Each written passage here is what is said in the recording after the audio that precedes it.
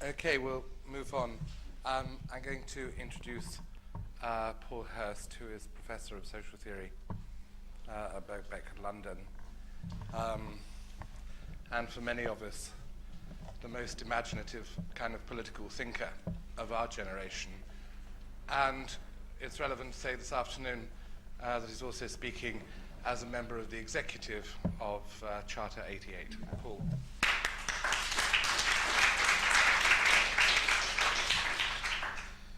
Well, I'm speaking in a personal capacity, but I mean, that ought to be a point that people know. I'm going to concentrate on the last word in the title of this conference, which is government. Right now, I can see faces crumbling as I say it. And the reason is very simple, that actually, in the end, we don't trust or believe in government very much, most of us. And we have bloody good reason to be feeling like that in this country. Now, what I'm not going to do is to talk about a Labour government. Because the number of times I've heard that phrase, either when it happened or, when we ran around believing it might happen, forget it. Right? You remember all those things about when we get back into power, we will do this, we will do that. Right? Now, what that meant is that the Labour Party's bottom, right, fitted perfectly comfortably into the driving seat of the British state. Right? And it lived in the profound illusion, right, that this was a car that had a steering wheel that turned to the left and it turned to the right. And you had a Tory government and it took the wheel to the right, and then you had a Labour government and it took the wheel to the left. Now, the problem was, right, that the car always went somewhere, but it seldom went where anybody expected it to, right, including the present lot, right. I mean, never have a group of people drivelled on more about how we want to take government off the backs of the people, right, while their civil servants and so on, have been shoveling government on with a broad-based trowel, right. So, it isn't just the Labour Party, as it were, who's suffering from illusion here. It's the entire political class. Right? The Labour Party in the past suffered from illusion to a gross degree because it was ultimately paternalist. It believed in a guardian state. It would run around and do good things for the great unwashed. Now, those of you who are members of the Labour Party who don't feel entirely happy with that, well, I'm a member of the Labour Party. Carry a somewhat dusty party card, don't take it out too often. I don't feel too wonderful about that. But ultimately, it's true, the Labour Party was a paternalist party. It believed in doing good things to people from above. And it cannot be excused, right, from the 40 or 50-year process of centralisation of power in this country, which I think has brought the country, as a governed institution, to a powerless state. Right? The Conservatives have certainly continued that centralisation, but Labour believed in it too. Now, I suppose I can remember when we thought the problem with Britain was the British economy. Right? It was either lazy managers or bolshy workers. Right? The job of government really was to jack up the rate of growth. And one had lived with a succession of governments, each of which believed that was its job. And therefore the problem wasn't government, it was the people outside. Right? I've come round to the conclusion that during that whole process, from when in the last days of the Macmillan era we started to think, Britain isn't working, Andrew Schomfield, sort of Michael Shanks, all those sorts of books, The Stagnant Society. Right? What was going to shake it up? The state. And on we went with that until the last and most delusional of these projects was Mrs. Thatcher. They were all predicated on the idea that government would make the country work better. Right? My view is quite simply, one, that that's just wrong, and that whatever it is, whether it's the economy, architecture, education, something has to happen to government before the country can make itself better. And I'll try and say what that is in a minute. Therefore, I'm profoundly of the belief that, getting out of the idea that we're in the driving seat or we're going to be in the driving seat is very important. Now, I have to confess, not wearing a party hat for a moment, not even wearing a Charter 88 hat, that I'm profoundly ambiguous about what's happening to the Labour Party. I just don't know what is happening. What I see, however, is at a certain level a certain kind of honesty. At least this time, people are not talking up expectations beyond what they can deliver. Right? And that is a very good thing. I mean, we've so often been put in a position of expecting them to do things that are frankly incredible, that are incredible for any government. Right? Remember Wilson? We were going to double the rate of economic growth. Right? We were going to have the white heat of the technological revolution.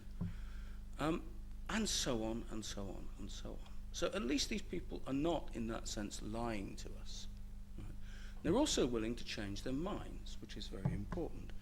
I mean, I intended to give a slightly more, how shall I say, bureaucratic talk about the proposals for government, and particular to respond to the Labour Party's very interesting document, A Choice for England, right, about the structure of regional and local government in England as it might evolve. Right? But I think that's probably a mistake. I'll send several of you into deep snores if I do this. The point is that the party is thinking, right? It's beginning to realise that, for example, it had to give some kind of autonomy to Scotland. Then what do we do about the rest? Well, let's have regional government. Look how well the Germans do it, those Lander chappies and all that, right? So we'll have some grand consolidated regional government for England bill. Right? The English don't want it, or at least most of them don't think they do at the moment. What do we do? Right? Now, at least the party is now thinking of, in a sense, an evolving system of local government that fits in with what people want and begins to move at the pace that they're willing to go. And personally, I endorse that. Right? Whether the Labour government will amount to very much or not, I do not know, if it actually happens, and I do not know. But I think that attitude is a sane and healthy one. Right? So far from saying, oh God, these people don't know what they do want. Right? At one level, that's a good idea, because actually very few politicians are either competent enough or well-informed enough to know what is necessary, and more particularly, they're not close enough to public opinion to know what people really want. So the more they begin to realise that and become sceptical, the better. Right? So don't deride them for changing their minds. I hope they change them several times between now and the election, and certainly continue to do so afterwards. But in a sense, I'm obliged to talk about what the relationship might be between government and architecture, although I think it's more or less like the relationship between government and anything else, if you want to know. In a sense, it's about what care we take of things. I mean, I don't know. I mean, G.K. Chesterton is probably now an extremely unfashionable writer, and somebody, with a left-wing past should not confess to having, read him assiduously. However, I love him. I think he's a very good writer. In the Napoleon of Notting Hill, he says, if Notting Hill, right, had been loved by its residents as much as Florence, it would be like Florence. Right? Now, I mean, we don't think of Notting Hill quite in the way that Chesterton did at the time. I suppose now we'd say that if Hoxton were as loved by its and lives in Hoxton, I sincerely apologise, straight out of the top of my head. But, if Hoxton were as loved by its residents as much as Florence, etc. Well, there's a truth in this, in the sense that, how shall we say, people have to be able to take possession of these things. The great problem is that government makes it difficult for them to do so. One is constantly told it's a matter of resources, right? That there are rich areas and poor areas. But I put it to you, in almost every area in this country, outside of some of the most deprived bits of South Wales or inner Liverpool, right? If you look at the total capital that is available through things like local authority pensions funds, people's savings, and so on, there is a mass of money that could be invested both to beautify, improve, and enrich the locality. Right? If you ask where, for example, the Merseyside Council Workers' Pensions Fund is invested, I don't know, but it's extremely unlikely to be invested in central Liverpool. So the first point to make, really, is that the great argument for centralisation, which is, oh, well, poor dears, they're too poor to do anything for themselves, is 9 times out of 10 wrong. Right? People can do things for themselves. They become poor. Their areas become decrepit because, in a sense, other people are busy doing things for them. Right? So the first lesson in all these stories is that we need far more localization and empowerment. Right? If we want good government, old-fashioned phrase, but a very real one, we must have government that actually relates to what people are doing and where they are. Now, the problem in this country is that, government, basically, unfortunately, think of the Lorenzetti frescoes, right?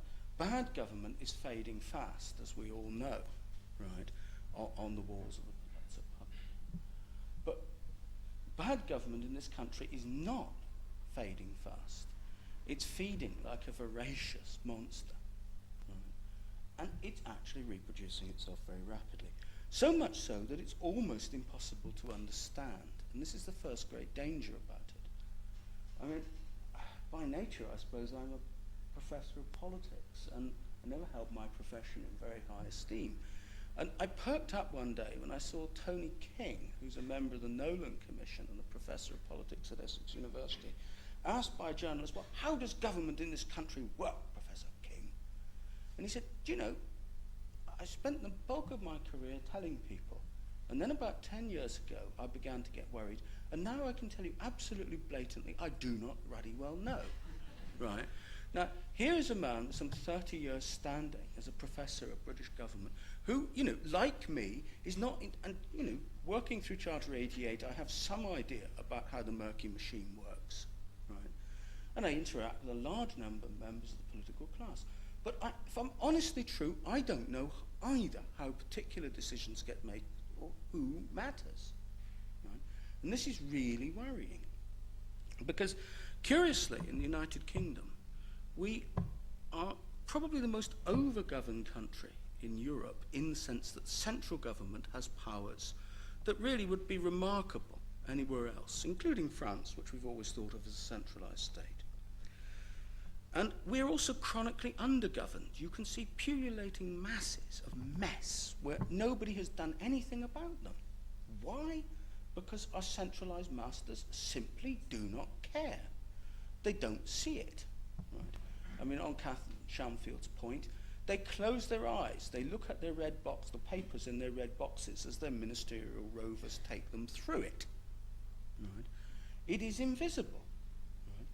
We're a country where, ridiculously, a handful of members of the political class can control everything, down to, as we used to deride the idea, right, that the French Minister of Education could decide what happened in every school in the land.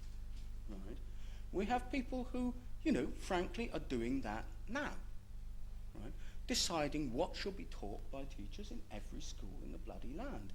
Now, as a robust believer in the old English traditions of primitive English liberties, decentralization and so on, I'm absolutely shocked by that. Right? Whatever piffling gains there may be, advantages when kids move between schools, the ultimate loss in energy, enthusiasm, administration is far outweighing it, and it's just ridiculous. Right? One could go on through area after area to see the vast powers held by the central state. Right? How many countries do you know where a few thousand people govern 50 million? Right? How many countries? In a lot of countries, vast powers are with regional governments and massive powers with local governments. Here, really, enormous amount of the money is in Whitehall and in its regional offices. Right? They've realized that it's too much work to make everything happen in Whitehall, so they've moved large chunks of the civil service out to regional offices. and those people decide what we shall do. Now, it's easy to present this as part of the norm of the British, sort of malaise. Right? But we are an over-governed and under-governed country at the same time. Right? And many of our problems stem from this. Right? Now, look at the ludicrous situation of the central state, right, using its money, its police, its hired security guards to beat down people at Twyford Down, right? Also that some idiot can arrive in Southampton 5 minutes ahead to sell a few frozen yogurts, okay? Now, that is a classic example. Here is the state behaving as if, right, it is facing enemies, right, when it's confronted with a ragtag and bobtail of dongers. Right? This is a state that's lost its way. Right? I think it lost it a long time. It's now becoming ingrown and vicious. What do we do about it? The first thing to do is to see that we must decentralize. And if we want to decentralize, we must do so in a manner that is open to public opinion. The idea that power must be devolved means that the guardians decide what powers we can have. It's the classic concessionist theory of sovereignty. Oh gosh, the job's got too much for us. Let local government have a bit more. Right? I mean, I think we can make a start with this with Scotland. Right? I think the simple fact of the matter is that the Scots have to be told, right, decide what powers you want for your assembly, right, and what powers remain with the United Kingdom Parliament, and then tell us. Right? So all the bill for Scottish devolution, I'm glad Mark Fisher's not here to have a heart attack. All the bill for Scotland needs to say is there shall be a constituent assembly in Scotland. Right? And that constituent assembly will tell Westminster what it wants. Right? And if it was bright enough, a bill like that can be put through, the constituent assembly can meet, and then, right, all the details about how Scottish legislation interacts with Westminster legislation can be fixed, right, by the members of the government of this new body coming to Whitehall and saying, right, this is what we want, right? Rather than this insane idea that a group of civil servants and parliamentary draftsmen in Westminster go through the whole of the laws of England to work out how it affects Scotland and then tell the Scots what they can do. This is an insult. It's an insult to our intelligence and to Scotland. Right? It's the classic nanny knows best mentality. As for other things, one can go on with this model. We must have decentralization of power, not devolution of power. We must also realize, and I think this is the most difficult point of all, that government and the state are not the same. Right? We've got obsessed with this, whether it's the local or the national state. We must actually create institutions which are self-governing, which perform governance functions, but are not state. And in doing so, we must actually take advantage of a lot of the wreckage that Conservative administrations have created. Local management of schools, NHS trusts are administrative and social disasters. Right? However, it's perfectly possible to further decentralize and democratize those institutions, right, so that they are not placed back in the hands of some nanny state, whether it's a local educational authority or the Ministry of Health. I can't go into the details of how that might be done. If we come on to local government, I'd say we have to face a fundamental fact about this country. That our local governments are, in the main, too big to be good neighbourhood institutions and too small to be effective regional governments. Right? Think of the London boroughs. Right? They were part of the great slick of gerrymandering of London that the Tories carried out when they created the GLC. Sorry about that, but the GLC was an attempt to kind of, seems to me, get rid of the Labour monopoly of the LCC, and then when it turned Labour, they got rid of it. Right? Don't love it. I mean, people may have worked for it, people may have invested energy in it, but as a structure, it was not something created, right, as a popular thing. It was a piece of gerrymandering. And then the boroughs. Right? Think of the London boroughs. Who loves their London borough? They're too big, to be popular. They're not like the 70 or 80 real neighbourhoods into which London is divided. Right? They're intensely bureaucratic, they're utterly unaccountable, they're in the main completely inefficient, and we should do away with them. Right? We should return to those 70 or 80 neighbourhood boroughs and look at what we can do with the other functions. Right? Somebody said, we need a government for London, but London isn't a city, right, in any recognisable sense. It's an agglomeration. Right? And so whatever its government looks like, it must look much more like a tribal confederacy, right, based public consultation would be highly accessible and which would somehow be an open proposal, that they were looking for the architect and not the building. And so we proposed both a built proposal and a framework for consultation. The areas we felt were available for consultation were and asked of us were the areas of access, revenue, percent for art, and curatorship. I'm just going to describe two details from the project. So this is the ground floor plan back to front. Can we turn it round, Catherine? It's really difficult. Okay, look.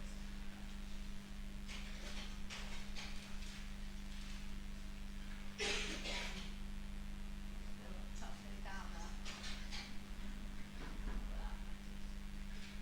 So Catherine Schonfield did ask for plans rather than perspectives.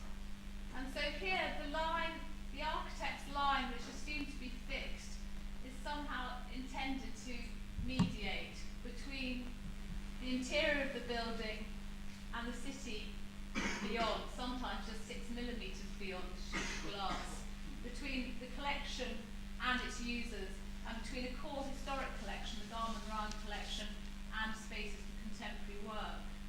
So here, the facade is literally pulled in, and a space is made for, say, hairdressers, and pulled into and overlapping into the space of exhibition. And so the first entry can be visual, that you can be sitting having your hair done, and out of the corner of your eye, begin to view an exhibition which you haven't quite yet decided to visit. The limits of the building would not be constituted by its elevation, but that is the pedestrianised shopping street. Onto one side is the British Home Stores, the other Woolworths, and to the other a canal basin. The ground slab is pulled over a cinema which is both part of the gallery and part of the town. Brought in through a cafe, then you reach the entrance hall and then move into the spaces of exhibition. Access in the project, I'll put that back to front again, was intended to be more than just replacing steps with a ramp, but to question what are the means to remain long enough to be able to use the museum properly. And we saw this as another area for consultation. The thick line delineates the area of conditioning for the historical collection. To one side, administration, to the other, education. And that the ancillary spaces which have traditionally been relegated into the centre of the plan are pulled out to the first metre of the facade, the management sphere of office buildings, and that wall then slips. This could be described as a method to diffuse direct sunlight onto watercolours and other perishable pieces of work, or it could be seen as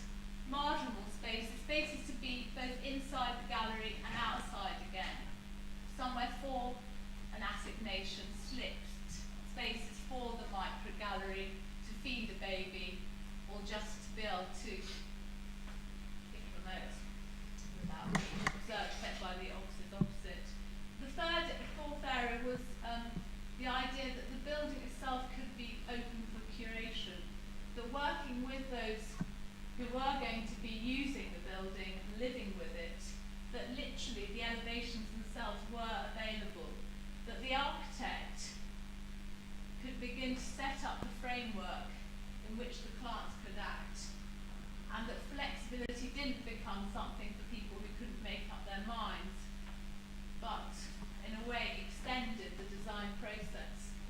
So here, the top layer of cladding, which we worked on with Dominic Cullinan, was laid over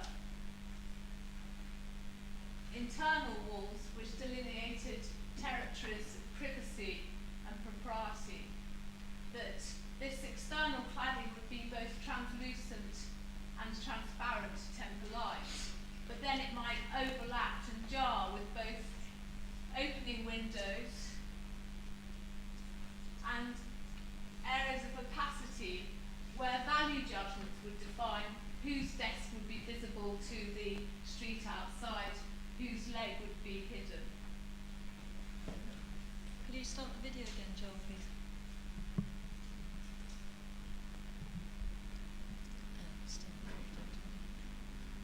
Can you just fast forward it?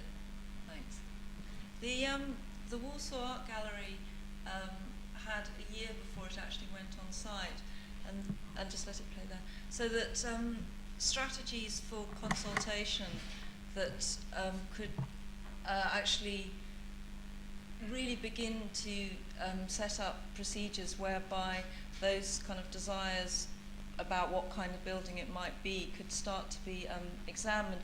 And we used a video in our initial presentation as a means by which you could begin to describe not kind of specific images of what the gallery might look like, but suggestions of possible spaces. And the gallery was located between a pedestrianised shopping street and the canal behind.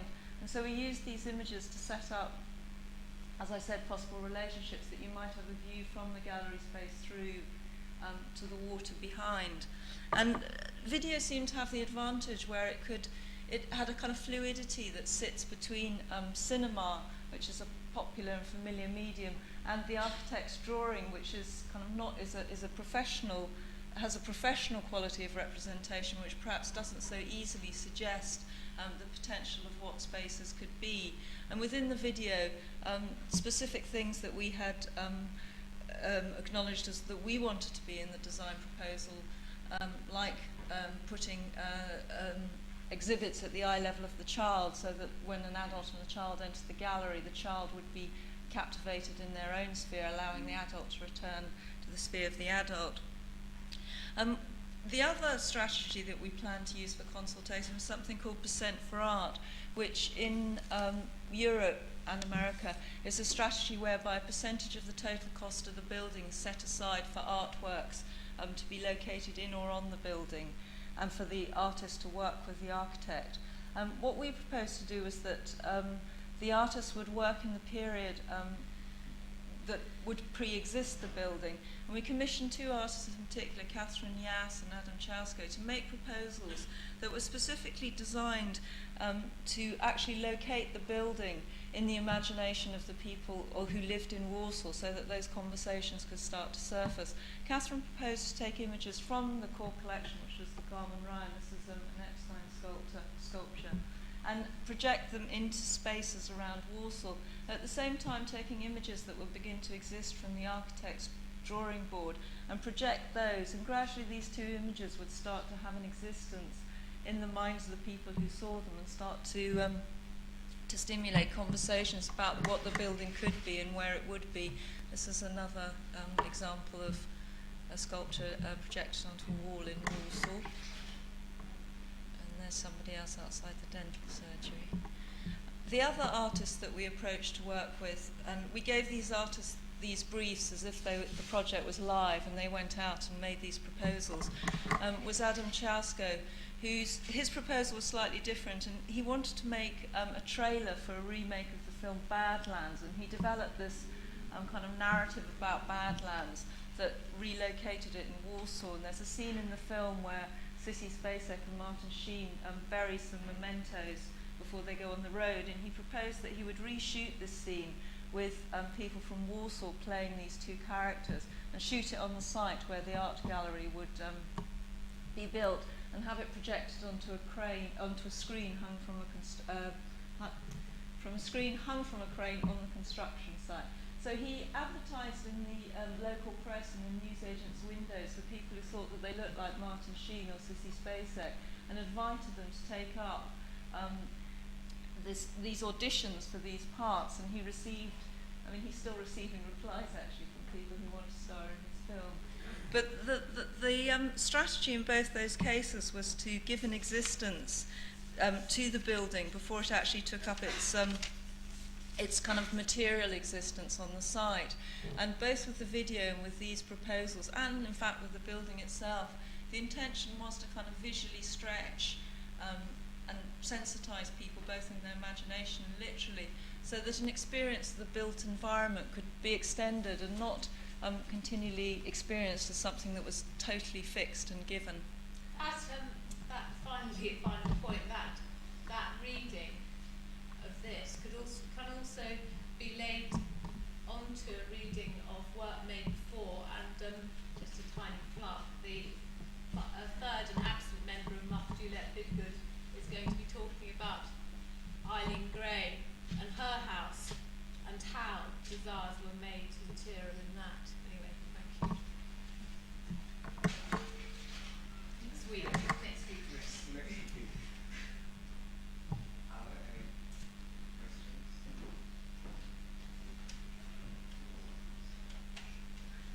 We're running rather late. Could I just ask one Yes. question? Yes.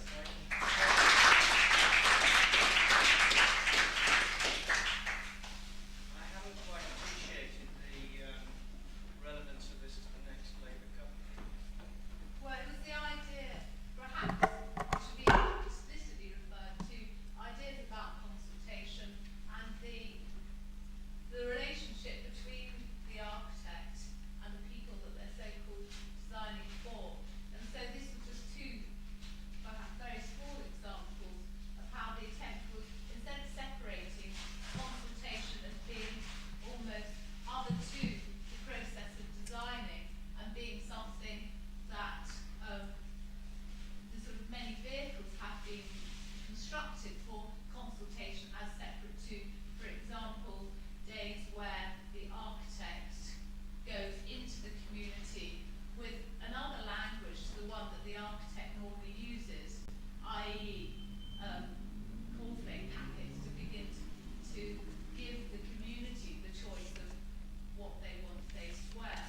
But instead, the attempt in these two projects that we've shown in the Museum of Women's Art by constructing a model which doesn't give a fixed resolution of what the building might be, but begins to lay out possible adjacencies between the programmatic parts of a project, doesn't fix where they might go, but by laying them out, gives a site for a conversation. So the first site becomes a conversation with the client, and then it's applied and tested on the other site, in this case King's Cross.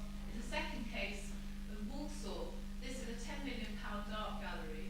Walsall had its own very particular history, which is intimately linked into recent history of the late histories of the Labour Party, where that museum is going to be funded by a developer who gets huge chunks of Walsall, the town, to build British home stores and Woolworths, and yet must kowtow to another environment, and in there it is kowtowing, as in the sort of the history of how the competition was set, an idea of public consultation, which in actual fact, and it's something we don't want to talk about because it sounds like bitter grapes, sour grapes, is the idea was the competition would be made, the schemes would be shown, the decision would be taken, but in fact that exhibition was shelved. And so what we tried to do is how do we, sitting in London, begin to make a proposal for Walsall's £10 million, probably only £10 million building in the next 50 years. And so there it was trying to imbue the architect's line, which tends to be so fixed that it can draw the wall that was put you on one side and myself on the other, and try to imbue those lines, those drawn lines, as lines of negotiation.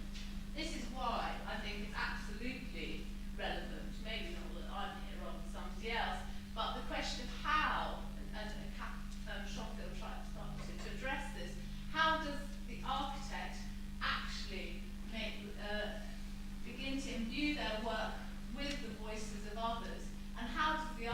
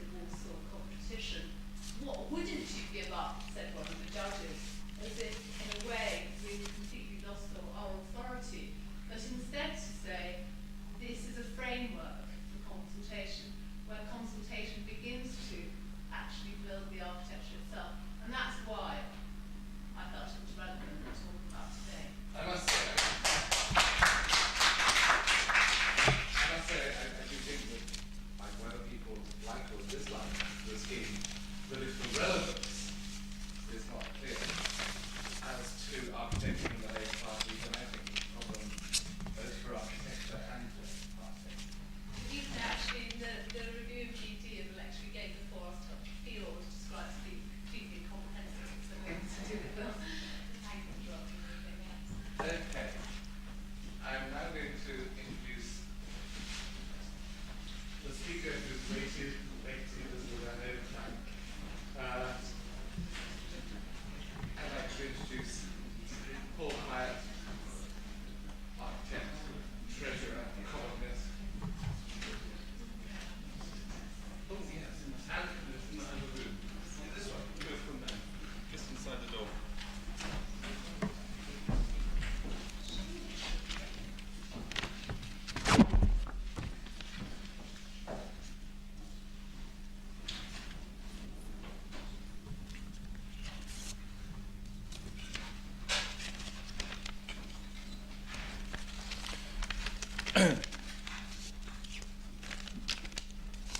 Well, it's thank you very much. It's been a long day, and for those who've been here all through the day, I think it's been a very rich, diverse, and interesting one. And thank you all very much for staying for me at the end. But much as I'd like you to stay for another 15 minutes, don't feel obliged to. I quite understand if people feel they've had enough. It's quite a session. So why am I here? For those of you who don't know me, I actually practice. I teach a little. I have taught architecture. I teach a little planning, a day a week, half a day a week, and I occasionally try and read a book. But essentially, my life is and has been given over to architecture in the sense of building buildings for the last 20 years, and therefore my position is heavily biased towards that process and informed by it. The prospect of a new Labour government interests me deeply, has always interested me, but interests me deeply at the moment. The last 20 years has seen great changes. Most of my work in the early part was socially orientated. The middle section seemed to be heavily involved in development work in the private sector. I made a conscious change to try, conscious intention to try and change that some 10, 12 years ago, 87, actually 10 years ago. And since then have been involved in a mixture of private and public sector work. Perhaps surprisingly for some of you, public sector work has been a large part of our diet. Just by way of background, we're currently restoring the Old Bailey. I suppose that's public sector. We're building the new London Ambulance Service headquarters building, straight public sector.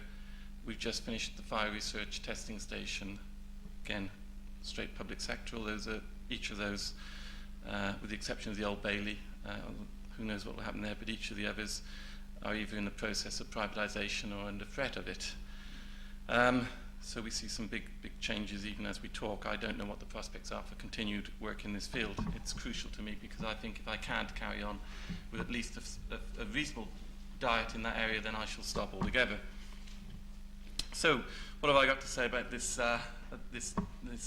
invitation to speak on what the Labour Party might bring for architecture and what architecture might do for a future Labour government?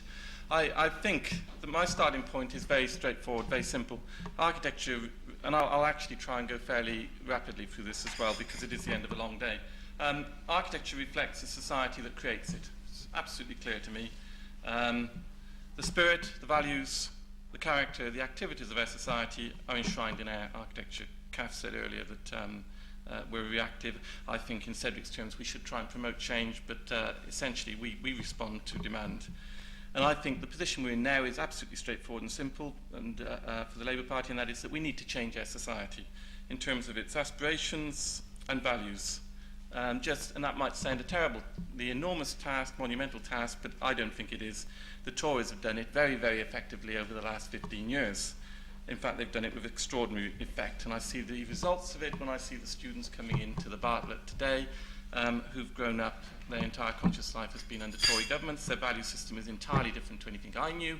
I believe we can change it again. I think we've got to change it in a big way. We've got to change it fast. So I believe that the task of the Labour government actually is one of education and persuasion all the way. And that's the background which I would like to see emerge. So looking at our past, Britain had a major role in leading the way for the modern world. Our 19th century progress through reform, the great work of the philanthropists known by us all, was represented in our hospitals, universities, town halls, schools, housing, and thinks of great housing villages as well, or towns, tight to salt, many experiments, many rich programs, and also in the great civil engineering programs, railways, underground stations, underground systems, stations, reservoirs, bridges, pumping stations, the entire gamut of civil work. We saw this at the end of the last century, as P.S. Goff said recently at a function, or at the RBI, I think it was. You know, they did it all. There wasn't much left for us to do, was there? And indeed, he's largely right. So, how did all those programs come to be? They weren't funded by the state. I mean, that's for sure, far from it. And they didn't emerge with any great ease. There was controversy all the way. Big, major struggles, political struggles, bills fought through the House, railways sighed their way into London and through our other cities. Monumental struggles to achieve those sort of changes. But I think there was one context then which is very different to anything we see now, and that was that there was sustained pressure on the governments of the day, that's the 19th century, middle and later period, sustained pressure on them to respond to the problems of planning for large-scale social needs, both current and future. We seem to have lost completely that instinct and concern today. My starting thesis, absolutely lost it. Track our way back to the early 19th century, the Public Health Act, again, nothing new today, we all know it. Milestone in this process, early 19th century initiative that was subsequently built on progressively throughout the century. From it was spawned the building regulations, the planning acts, some would say the health and safety at work legislation of the early 70s, all born out of that period of the 1830s. There was clear expression of civic pride in all these works. We see it, it's evidenced in the infrastructure that's available around us now, which we can't even manage to look after. Especially the hospitals, the town halls, the schools. So was the way paved for our 20th century welfare programme of the new and expanded infrastructure and fabric. And then, of course, what a terrible century it's been. The First World War, the Second World War, the monumental changes that we've seen, the crisis, the tragedy of Europe. Early post-World War I efforts, homes for heroes. Again, we know the story, generally developed on the Garden City principles. Unwin Parker, expression to Ebenezer Howard's work, which they gave. And the Garden City emerging in suburb form at least, in its romantic cottage style, in sharp contrast to the continental way. One thinks perhaps of Tony Garnier's work, but there are many others, Oud, etc. And then, of course, World War II and the New Jerusalem movement. I mean, Crowley Barnett is rich and interesting in his book Audit of War and the transition through the period from the Depression to the post-World War II context. The 50s finally saw this country in gear for the major programme of social reform, programme of socially built work.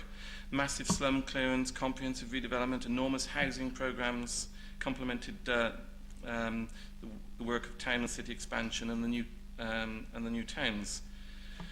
And so in the 50s, architects here, they were still instinctively planners, not restricted by single client, by single buildings as objects, by the awful restrictions of tight site boundaries, etc.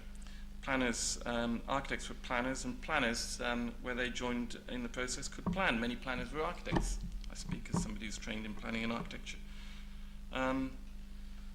And what a comparison with today's planning system. I don't think we actually have the creative instinct in our planners. People aren't being brought into the schools with a creative instinct in planning. There's not the actual basis for developing a physical planning ability. There's a knowledge base, but not the creative instinct in these people. A degree in economics as a stepping stone to planning is no basis for starting to learn to plan in physical terms or to react to proposed planning from architects. And then the great work of the welfare programs all went so sadly wrong. We all know that, particularly in housing. Buildings that personified progress have come to symbolize misery in our cities. High-rise housing has been a disaster. Road programs have been as bad. There's nothing new in anything I've said today. It's all well known. But I think the problem is why has it gone quite so wrong? Is it all the architecture? Is it the maintenance of that architecture? Is it the management of the infrastructure that we've installed? I don't think we actually know enough about that. There's some hard research needed there, not lightweight namby-pamby research, some real hard research needed in those areas. The complex interaction of social issues and communities, management, tenure and maintenance, economics, investment and returns, politics, employment and production with planning and architecture is not actually properly understood. And these relationships have gone very, very badly wrong. Our communities have developed a low opinion of much of their cities and a deep suspicion of those that plan and manage them. And this is particularly true in the inner cities and the people who are living in municipal and association accommodation, generally the very heart of our cities where the essential rot is. Somebody earlier today said the suburbs are okay, the rural areas are okay. The rural areas used to be the crisis. Now it's the very heart of our cities. We've clearly lost our way, as somebody else said again today. And a new culture has emerged through this period of Tory rule, and that's of the individual, and he's been promoted as the solution to his own or her own problems. Collectivism and communities out, and in comes privatisation and individualism. They're very much the in words, and there's been a massive cultural change, and it's experienced in everything we do and everything we make, including our buildings. We see it in the farce of Yorkshire Water, largest peacetime movement of tankard water in the history of this country. One could go on about that. Directors taking flannel baths, etc. I mean, absolute nonsense. Completely lost their way, no understanding of what role they've got. Yorkshire Water, an absolute disgrace. The emerging chaos of transport, we're seeing it now. These are two examples. The right to buy, absolute chaos. The right to buy, flogging off properties, which is valuable, essential housing stock in our country. It's bad enough to flog off the properties, but to flog them off in such a corrupt way. Young people buying flats in rundown system-built blocks where the blocks are in disrepair, the structure's in disrepair, and the conditions will exist where nobody can even begin to put it right. It's a total and utter disgrace, and we're living through it, we're watching it. People are suffering badly as a result, and they'll come to suffer even worse as they realise just what they've done in owning their own homes. For me, the biggest tragedy of all has been the transfer of dwelling from a notion of home to personal investment. I think there's absolute tragedy there, and that takes us straight into the whole complex and sensitive issues in the arena of class and class values. Tenure dictates form in housing, absolutely dictates form in housing. Tenure dictates form. The dwelling unit chases a market dominated by financial institutions whose interest is expressed by the valuers and the agents who direct our current house building programs.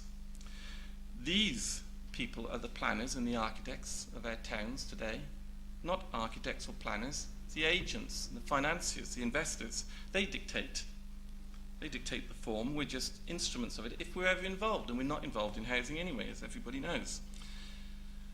So by and large, to borrow a phrase, it's leading to miles and miles and miles of nowhere as we create low-density slurbiers tacked cheaply onto our existing towns and cities, car-dependent communities, low in community spirit, barren of community facility. It's a miserable situation that's emerging. So we're turning away from our municipal housing programs, and it's followed the combined failure of management and maintenance of them, and the rejection of their form as a solution. Somewhere around the end of the 50s, politicians and civil servants combined with the construction industry in pursuit of a mad agenda of city change. And we're all tainted with that. Labour, Conservative, the lot. Nobody's free of it. The individual players had very different agendas. The architects had one, the politicians, of course, had another, and the contractors had a third.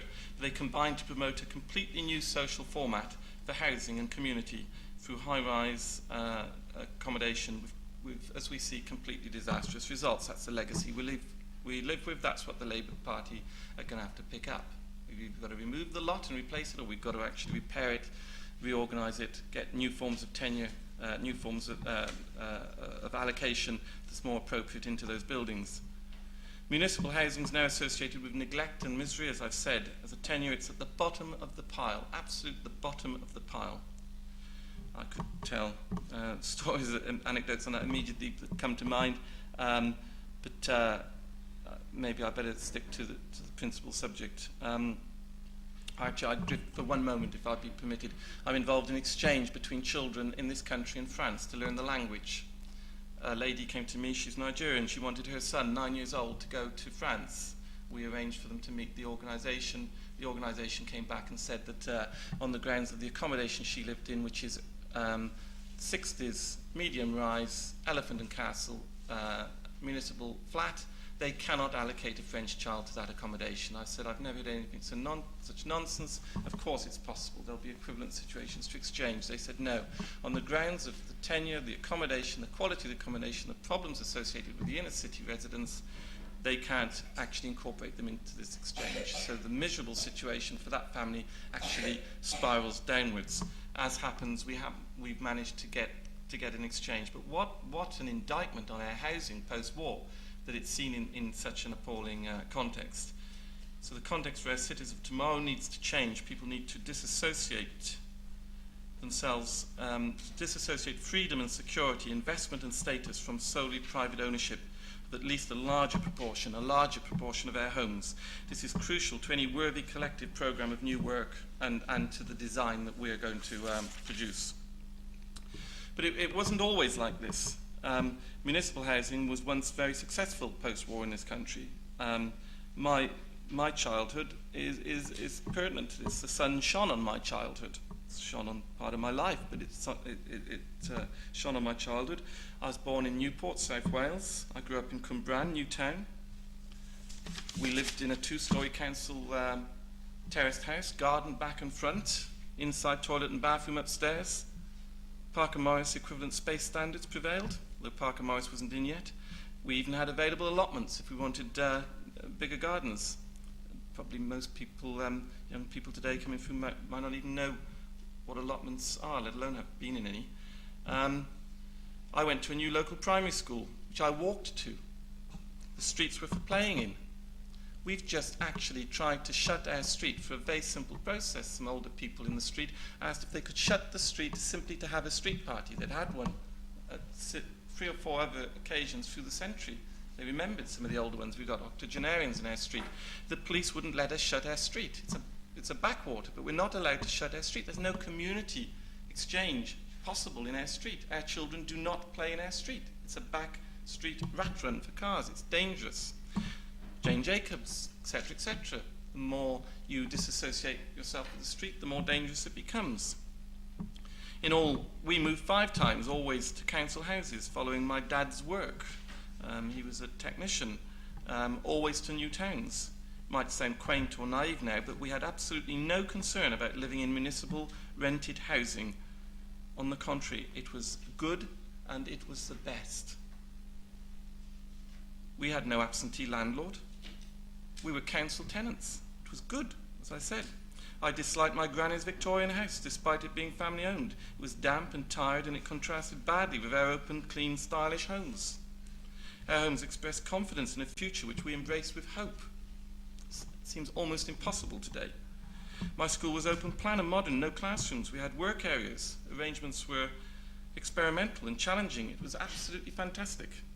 We had a new health centre, no queuing in Victorian antiquated surgeries within dark and musky rooms of miserable character. Our centre was progressive. Health checks, health education, prevention as well as cure.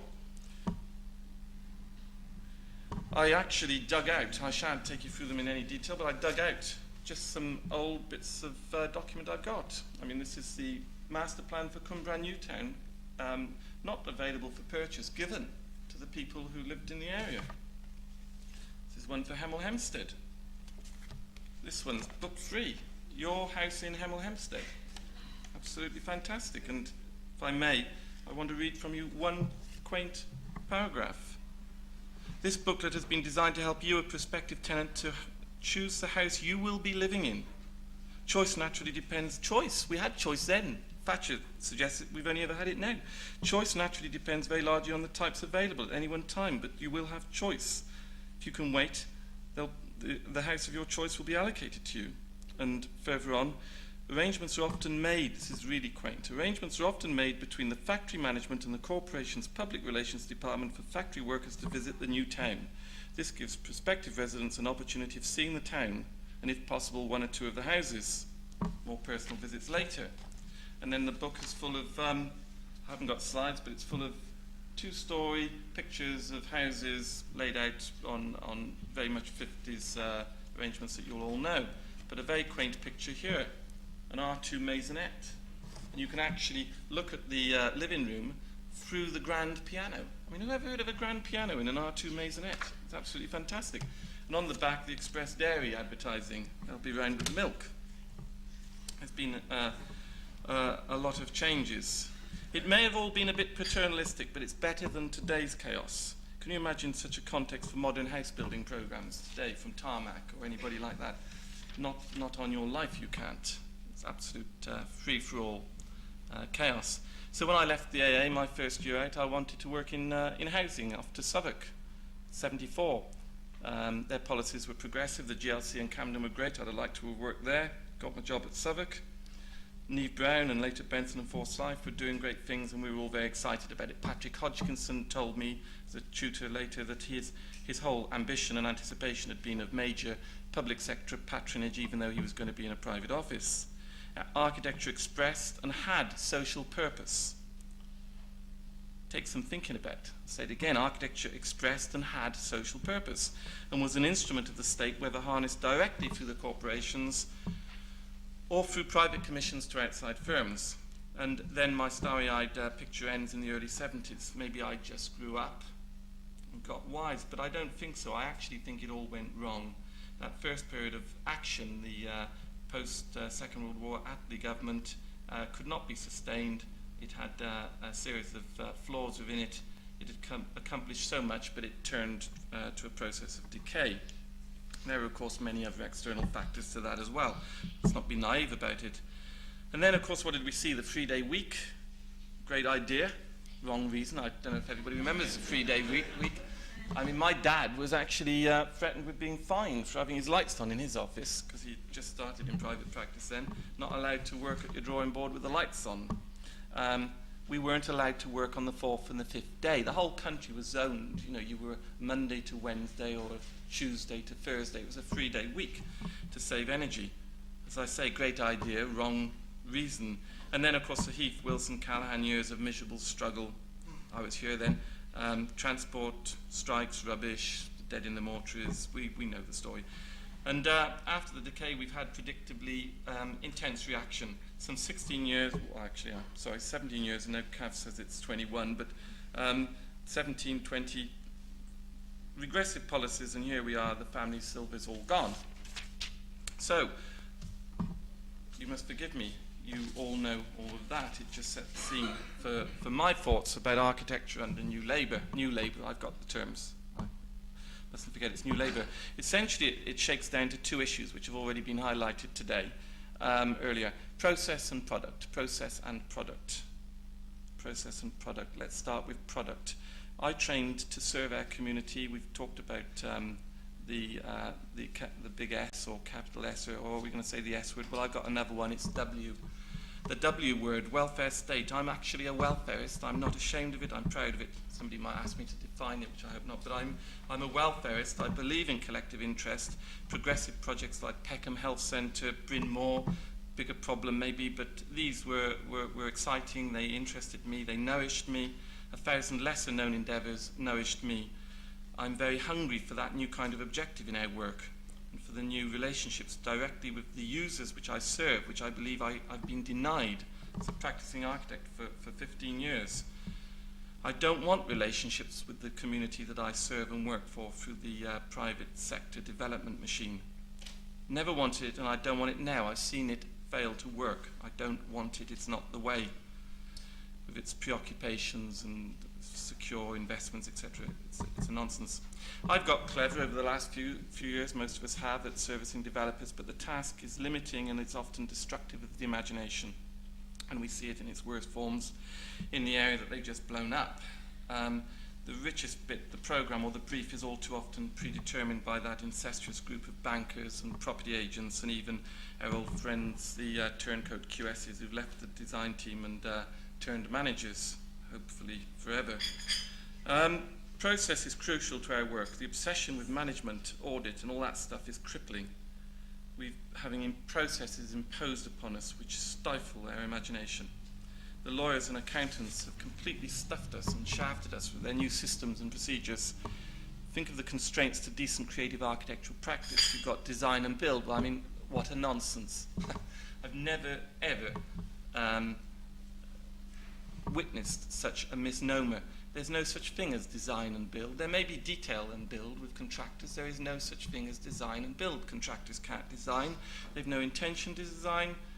No willingness to design, and they can't manage the design process. I mean, be under absolutely no illusions. It's a misnomer.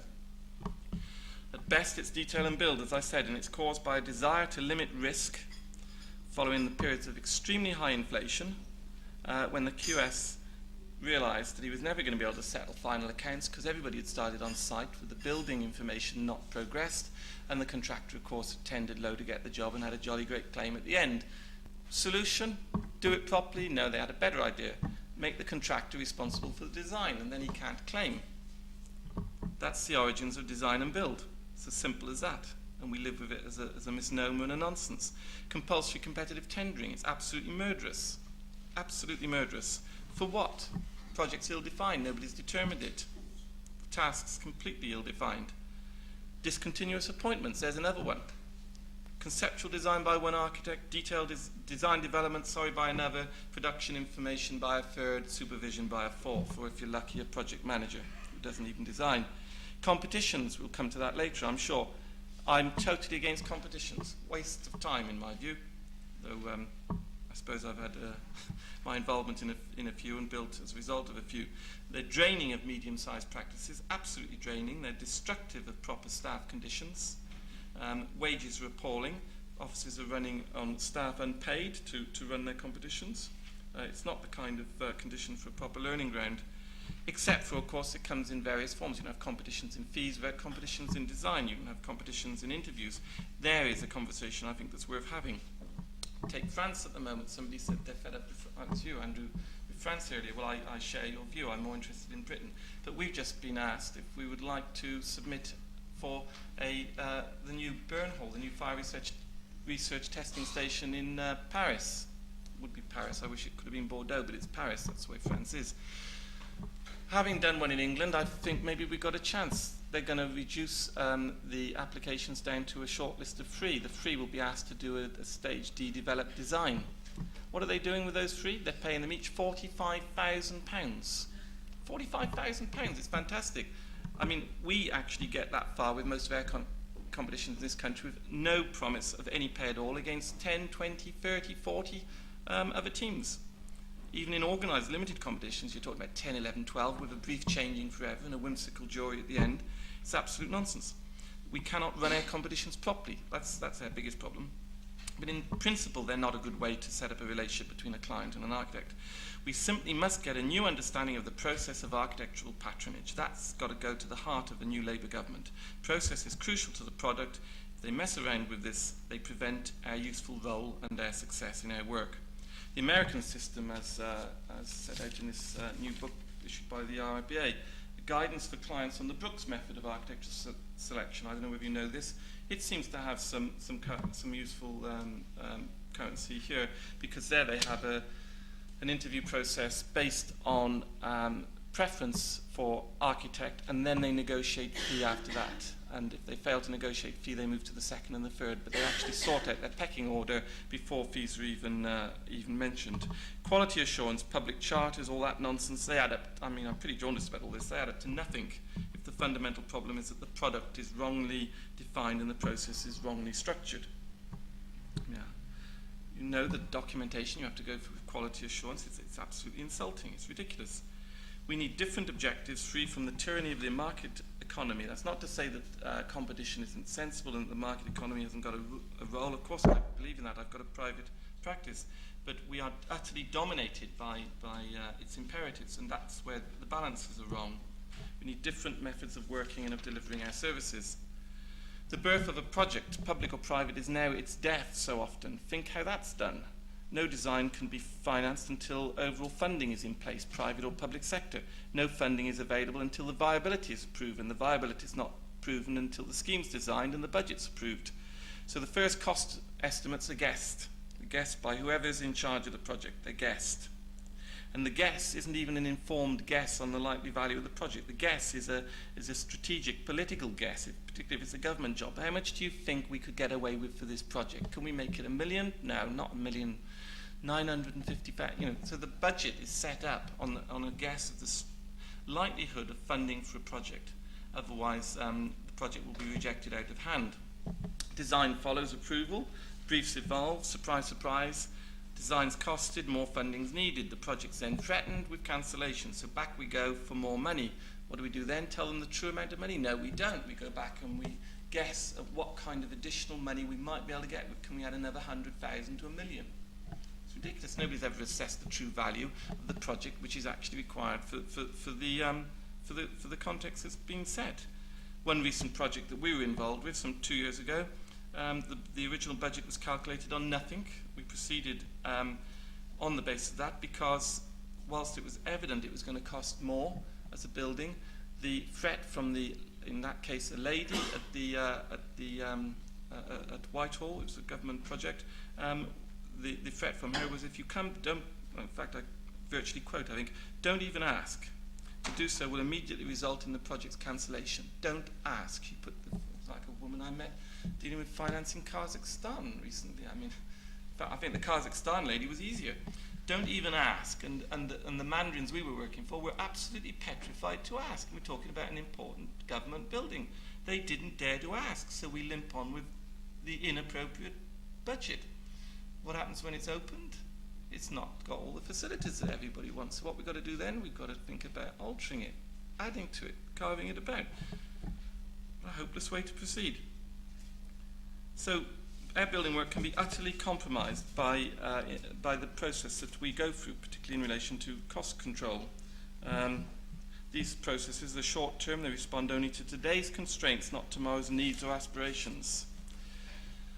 So if we're going to improve on the miles and miles of nowhere that make up our new private suburbs, the appalling transport problems, the housing crisis, which is now equally in the private sector, because don't forget all those people stuck with their mortgages in negative equity, and on that we've got 50,000 mortgage repossessions a year, year on year on year. 50,000, that's 200,000 people a year, I guess, 4 times the population of a town like Hereford. And we can't even have a revolution here about it. I mean, it's extraordinary. 200,000 people kicked out of their homes every year, year on year, 5, 6, 7 years.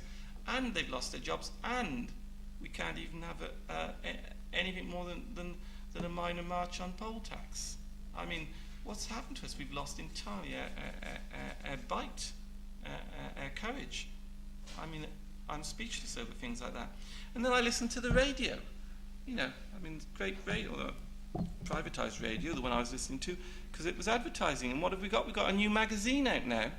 I mean, if you haven't heard it, I've got to send for it, but it costs 63 quid. I mean, I'm saving up for it.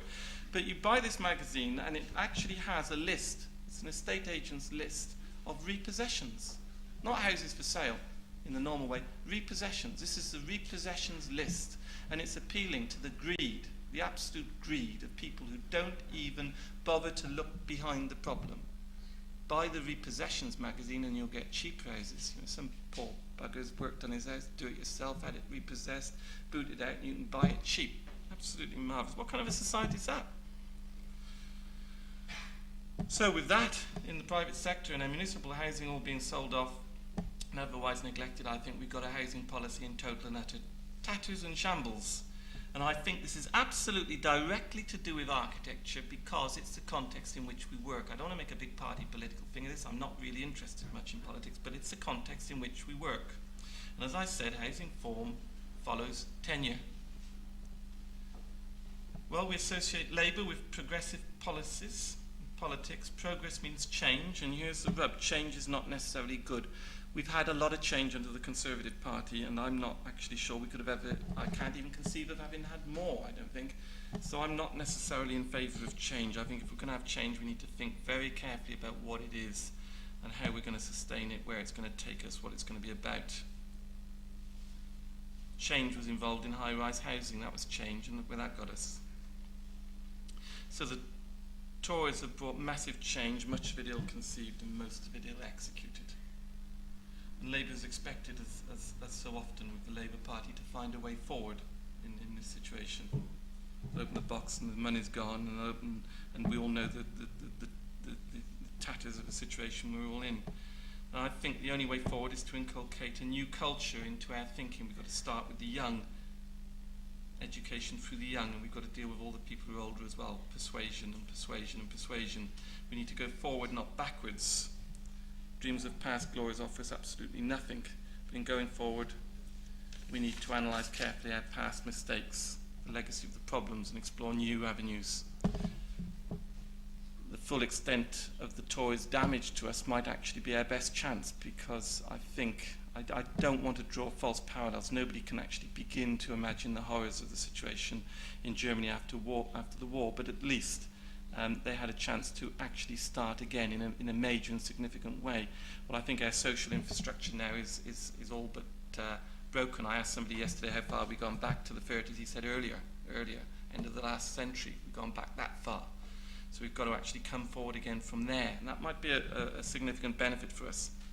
And so for me, I'm ever mindful of where I started this talk, which is that architecture reflects, in finishing up, the aspirations and the character of the society it serves.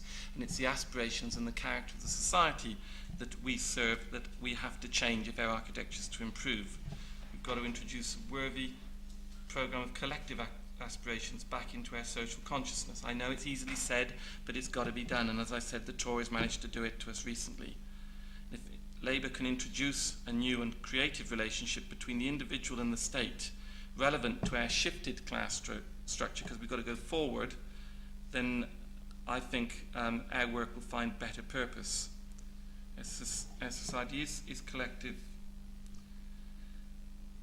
It must operate through national and local government, and we must get a better control of the money at those levels, particularly local government, if we're to see improvements, because the money cannot be used in the way it's being used through the private sectors, financed by the investment houses and all their strange agenda of interests. The possession of the money is essential to a programme of reform, I think.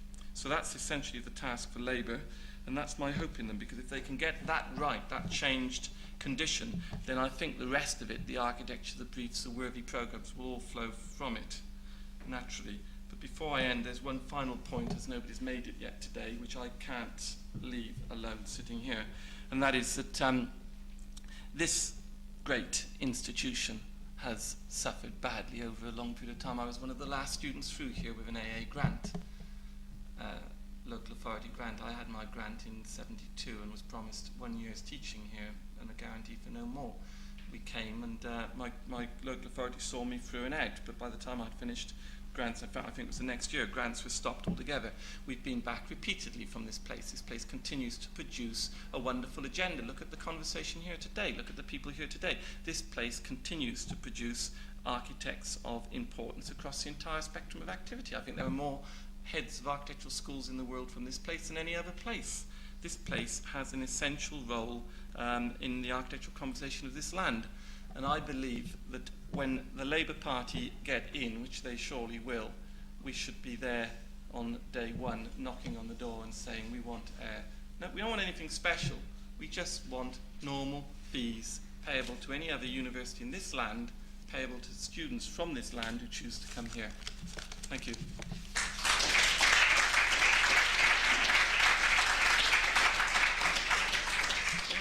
Okay, now I pulled the paper in a way that was so wide-ranging, but I think we should maybe kind of use it as the basis for a few last questions. So Paul stays there, but I'd also at this stage like to introduce Dennis McShane, who's Labour MP for Rotherham, and had thought we were ending a little earlier.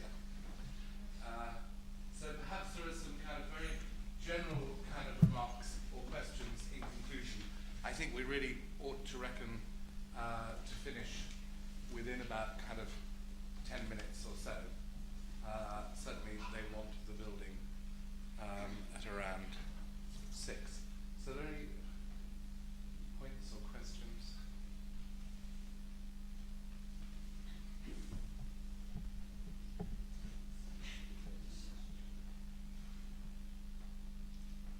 Well, the first thing to say is that Paul and some of the other speakers this afternoon, particularly the other two, got right into social policy in a much richer way than we did this morning. And it does reinforce what some of the speakers, I think, said to Mark Fisher, that I think a lot of us do feel that there is still great nervousness in Labour Party policy about anything to do with the arts or culture, to feel that they can make the crossover into social questions. It still feels quite schizophrenic, to which one might add as an extra thing, but also a little bit of a feeling that they don't always, I don't always feel a sense of connection between Labour Party on culture and Labour Party on science and education. And obviously, you can keep on enlarging the picture the whole time if you want to. It's important to be able to concentrate to some degree. But I think that was a worrying aspect of the day, that these issues appeared in the discussions that went on as being quite central in people's minds. At least the people, particularly the official mind. Less perhaps so than those who spoke before. Well, I mean, obviously Dennis hasn't kind of been here during the day, but maybe one could sort of reformulate the question a bit. I mean, what do you reckon it's likely that the Labour Party, if it forms the government, what relation to, say, architecture, but in some sense as an example of a profession which is capable of exercising a reasonably progressive role? I mean, is there a kind of willingness, if certain a whole lot of questions aren't resolved, kind of like at a manifesto level, what actual social role does it want with those groups? Well, I was very impressed when Paul said that architecture needed a social purpose. I would tend to say that our crisis at the moment is that our social policy needs some kind of architecture, some kind of sense of structure where it wants to go. Because we are at a period of tremendous transition. Paul referred to Germany just after the war, Stunde Null. It's not, as you correctly said, it's not quite that sense of breakdown and reconstruction, but that is what I think is needed. I think the Labour Party at the moment is a tabula rasa. It's a blackboard on which many things remain to be written. I think it is very open to pressure and ideas. It has a former strategy of socialism was the construction of a new world. The tactics were called winning an election. And we were very, very good at the strategy, but not terribly good in the 20th century at the tactics. So now, under the whiplash of a very new politics, and a remarkably new politics, we've ditched economism. The era of Crossland, Dalton, Wilson is all forgotten. We now just have politicians. We have Eastings like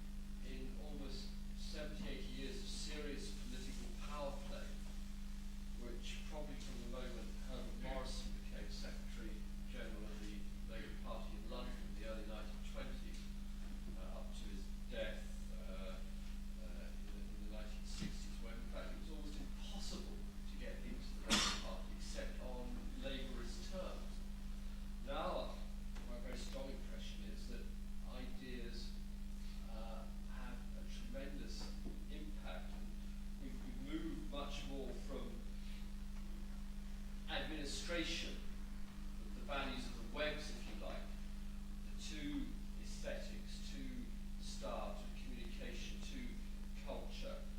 And in particular, of course, we move from the classic problems of labourism and employment, to a certain extent the environment, to those of ethics and, again, of political culture, particularly of Europe. So it's a long, rambling answer to Mark's question, but I actually think that any concrete demands or ideas will be well met. I have to say, Paul, I enjoyed, I think as we all did, your talk, but there was an element of retrospectivity there, of a longing for something that once was. I'm not quite sure how divine council state life was. I mean, I remember it too in the 1950s, and it wasn't particularly liberating. I do think that return, and that mid-century search for an invention of the mid-century is over. It's got to be very, very new. I accept that. I think I, as an apology for that, say that we need to find a new model in this changed class system that we find ourselves in, and I don't know quite what that is. Maybe my starry-eyed notion of all that is based on the fact that I've never met anybody else who was conceived at the Festival of Britain, which I think I was. And to go straight from conception at the Festival of Britain into Cumbrian Newtown and to grow up there gave me, I think, a special relationship with that kind of life. But for me, I spoke just from the heart. It's very simple. What I said was absolutely the context in which I found myself. In fact, the worst thing that ever happened to me was that I was lifted out of that situation and put into a public school. And that was probably the biggest problem I suffered on the way through. The harmless. Yeah. It was a second-rate public school. That was the other problem.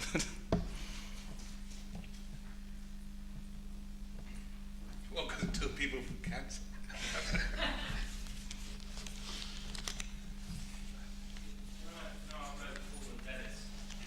One of the things that's emerged today is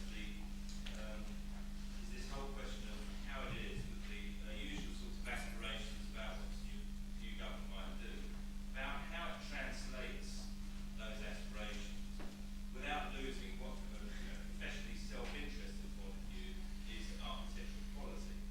I think it's worth saying one of the reasons why that's important is because if that housing programme of the 50s and 60s had been well designed, we might feel very differently about the entire public estate and the public realm as created by those public architects. So that there is a wider interest in that. But given that the Labour Party has already stated it is not going to ditch the private finance initiative, and it may modify or almost inevitably keep some element of tender procedures because responsible public authorities are accountable, and therefore they're not just going to say, we'll spend what we like as long as it's good enough quality. What I'd be interested to know from Paul is what methods, if any, he can see to establish better architectural quality. And what I'd like to ask Derek is to what extent in government could Labour prevent this whole new social programme and a better designed social programme, what they do to prevent it being hijacked again by, as it were, the construction industry and the thing which has a much more powerful motor than 20,000 architects.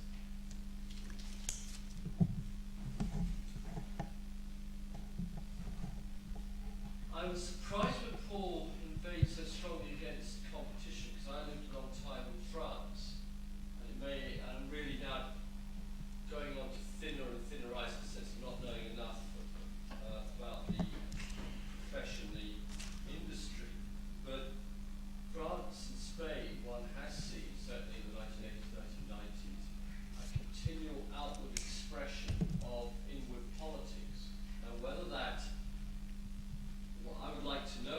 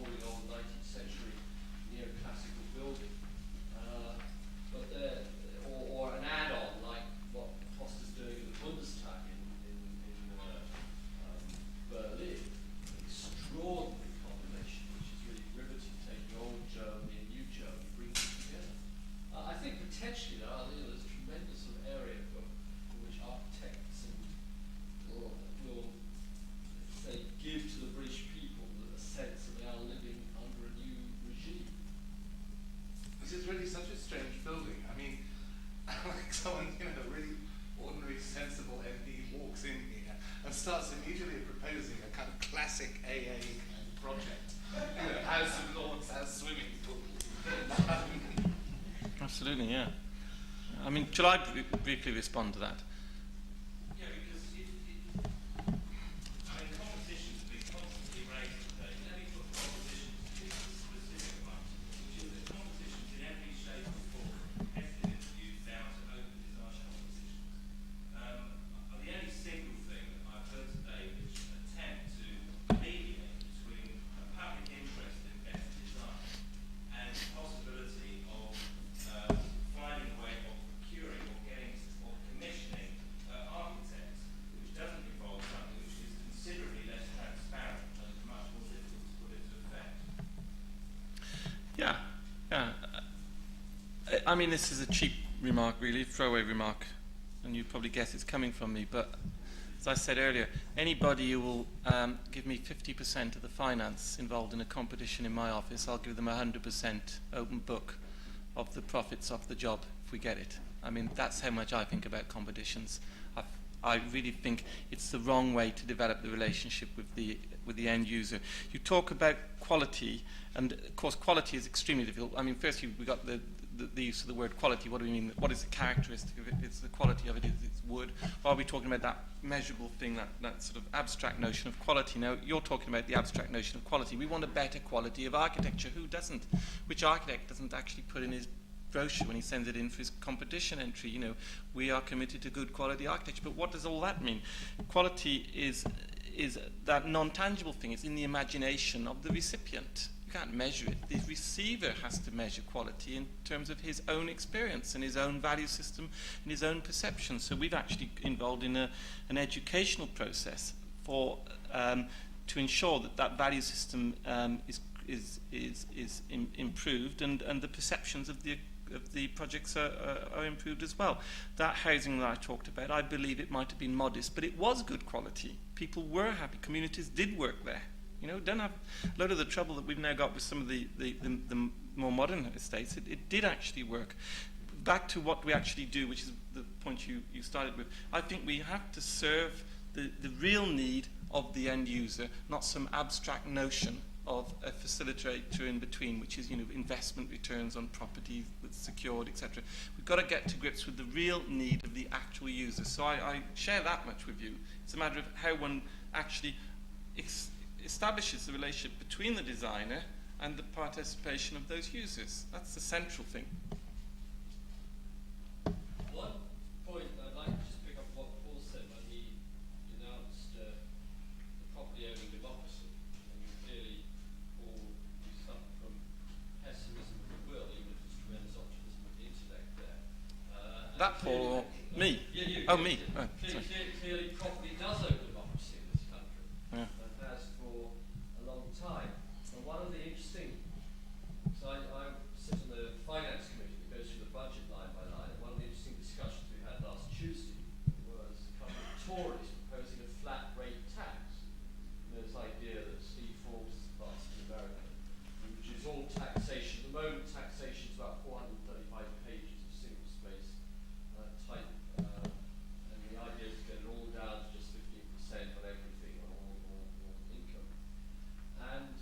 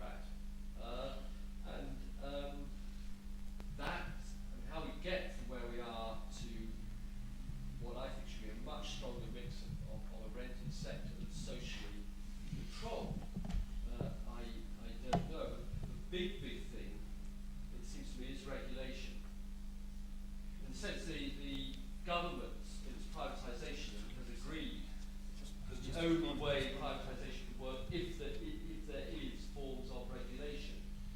Now, I as a labour market expert, would like to see regulation applied much more by employees through works councils. Trade unions were the model in the 20th century, but they're not at the moment up to doing it for the 21st. But you have to give every employee a collective role as well as an individual role. And I think regulation in terms of constructing the architecture of social policy is vital. But please forgive me if I say that will have to be partly market driven. It will continually have to be tested against results and needs. It cannot be driven by local authority bureaucrats who are kings or emperors in their own domain. There'll have to be a constant tension between different levels of authority in the state. Okay, with that, I'm really going to have to stop it. We're already kind of late to the matters a little bit. First of all, I'd like very much to thank all the speakers. I'm sorry if